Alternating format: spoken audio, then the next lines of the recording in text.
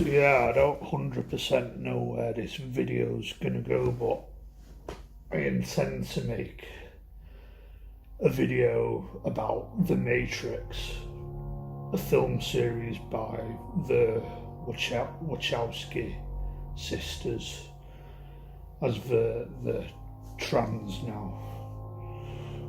Even though I don't really subscribe to that sort of stuff, but yeah,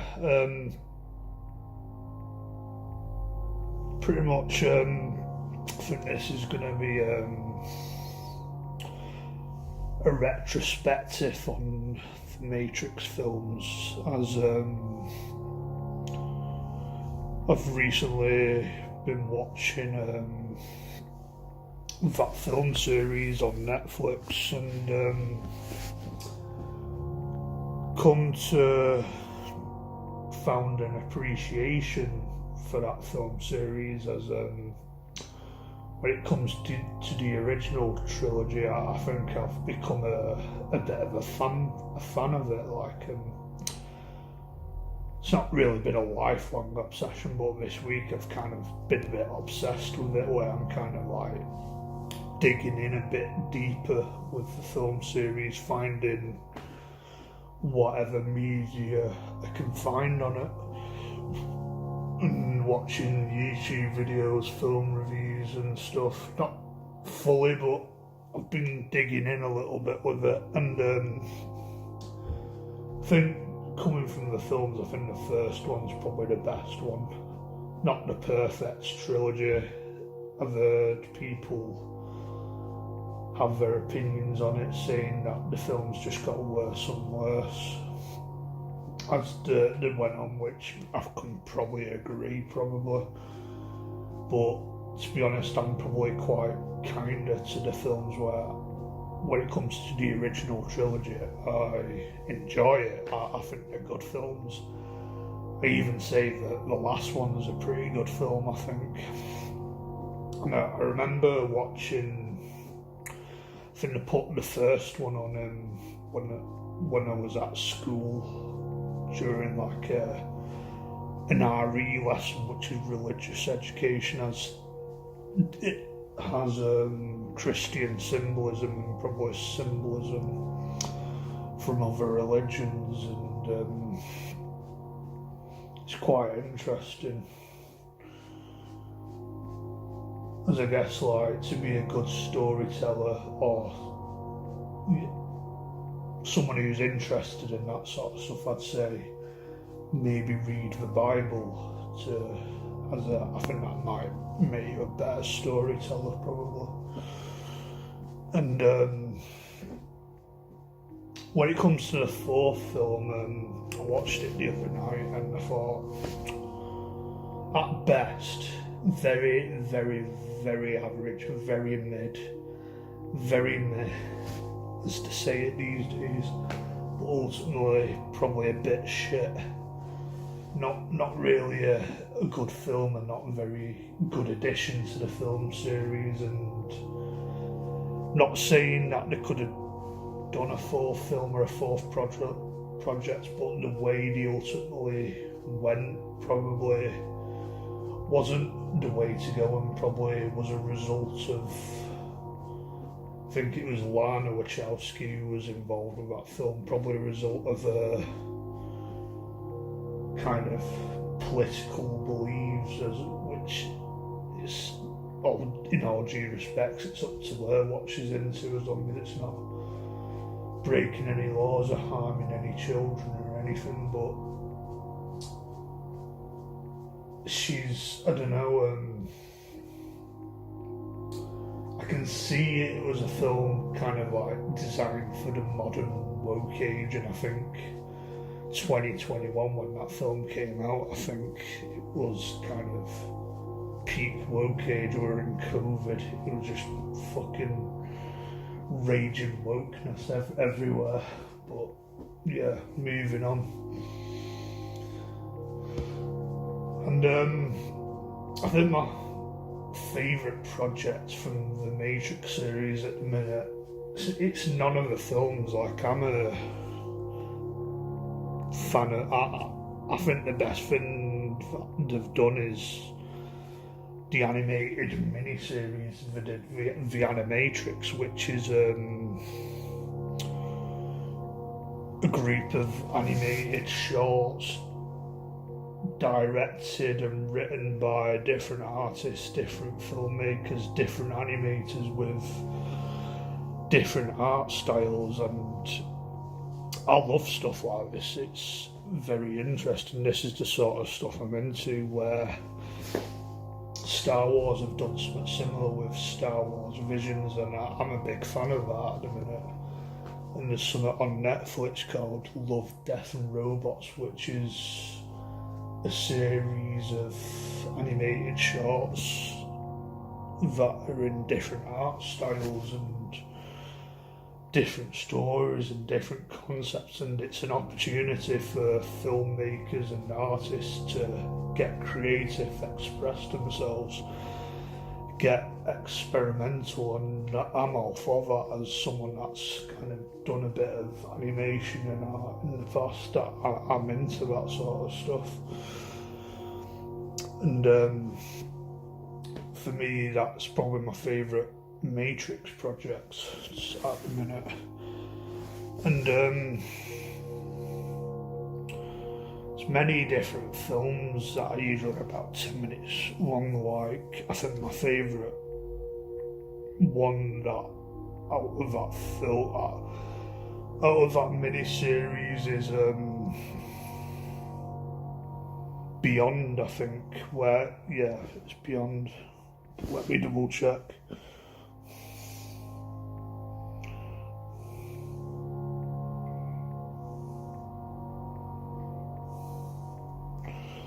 Sorry, just bear with me a minute.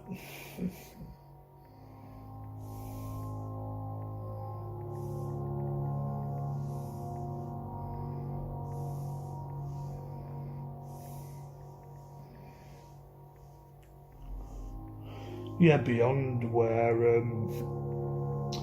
the plot's mainly focused on a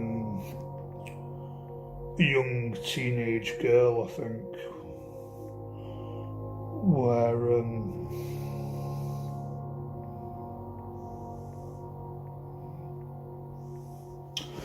where she has a cat and she loses a cat, and I think that most of the films her trying to find a cat, and then she bumps into like a bunch of like naughty kids, you know, just pissing about, and there's an abandoned warehouse nearby where in that warehouse there's a glitch in the Matrix, so some paranormal weird shit goes on where they end up floating about, smashing glasses, then all of a sudden it rewinds and turns into a full glass bottle again. And visually it's a stunning film where it's got vibrant colours and everything, and I like the art style. And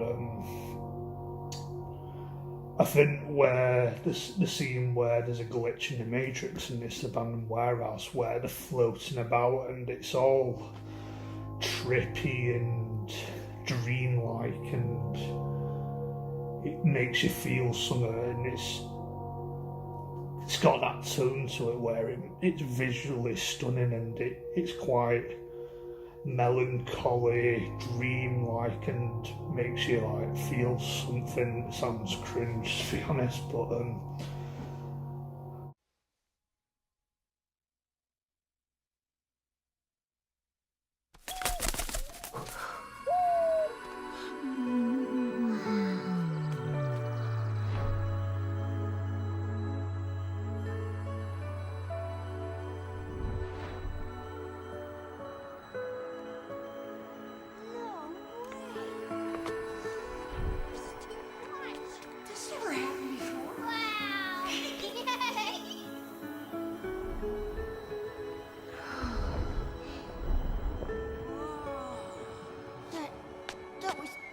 What was that?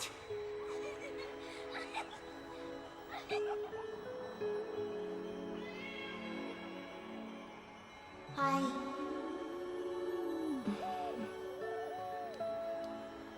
Anybody home? Come on, come on, come on! Again! Hey, light as a feather. I wanna try! Come on, we can help her!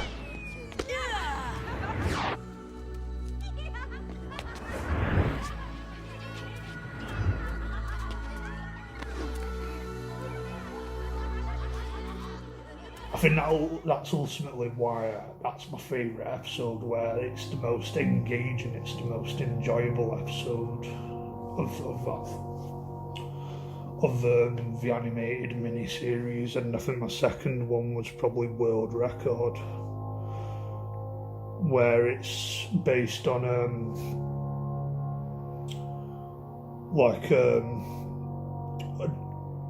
a character called Dan, a world record holding sprinter that runs a marathon or a race or something, but is so dedicated to running that marathon as fast as he can, beating his record and running so fast that he accidentally wakes up out of the Matrix and wakes up into the real world, as if you've watched films to wake up all wired up in one of these things. If you know, you know. But that's mainly the plot, and you got those agent sort of peoples. I can't remember what they're called. No, like the guy that goes, Mr. Anderson, of like tries to stop him. That and it's just quite entertaining. I think that's my second favourite one, and there's a few others that I've quite liked. Like with the others, it's based on the art style, the visual aesthetics, where they've got really good art styles to them. And I think episode 8 had like a dark, gritty sort of art style where it was like a lot like charcoal sort of drawings where you see the smudges to it, and it's like an anime sort of style. It's very interesting to look at. And you had like, I think it was a prequel to the second film, someone said, where Trinity appeared in that film, and it was quite interesting to see. I think the only episode I've not really seen, well, I've seen it before I think, but I've not seen it in 10 years because I own the DVD to the Animatrix, and it's something I watched over 10 years ago. But I've only watched it once, and I've not seen it ever since. So that's something I need to catch up on, to be honest. But yeah, like, I ultimately rate these Animatrix mini-series. It's a 10 out of 10 easy. Like, some are better than others. It's a way of experimenting and expressing your art style and your craft. As someone who's kind of an artist myself, that's what I'm into. And while we've got things like Netflix and all these streaming services and like stuff like Black Mirror and Love, Death and Robots exist, where these are projects that are designed for different artists, different filmmakers, different animators to get creative and experimental and express themselves without having to be tied down to a strict narrative or a strict plot, where they can kind of do what they want with it, I guess. I think this is something that probably needs to be brought back. You know, an Animatrix series on, I don't know, HBO Max or something, because owned by Warner Brothers, where this was made 20 years ago, and I guess where technology has come and the standards of animation that have been made today, that this is something that could easily naturally fit into the modern world, where we upgrade the technology and the style of animation, where things like Love, Death and Robots, some of the animations on there are like fucking top tier, fucking standard visual aesthetics, fucking beauty. And I think if they're gonna do another Matrix project, fuck the films off, that's done. Bring this back, bring the Animatrix back, where you can make top tier animated films, top tier quality, top tier writing, where this works. This is what works, and a few other things might work, but I think if anything, this is the obvious way to go. Where if you're going to go and do something in the Matrix, you just bring the Animatrix back, make a season 2, and you can just do it forever potentially. Like there's no boundaries with it, where you can bring all these artists and animators involved and make some top tier quality animation, because technology and the quality of animation has come a long way since 2003. Like, it was good back then, it was probably beyond its time back then, but I think now it's even better and way more visually pleasing, I think. Like I mentioned, Love, Death and Robots, just brilliant animated standard of quality. That some of the animations and that are just way beyond this time, I think.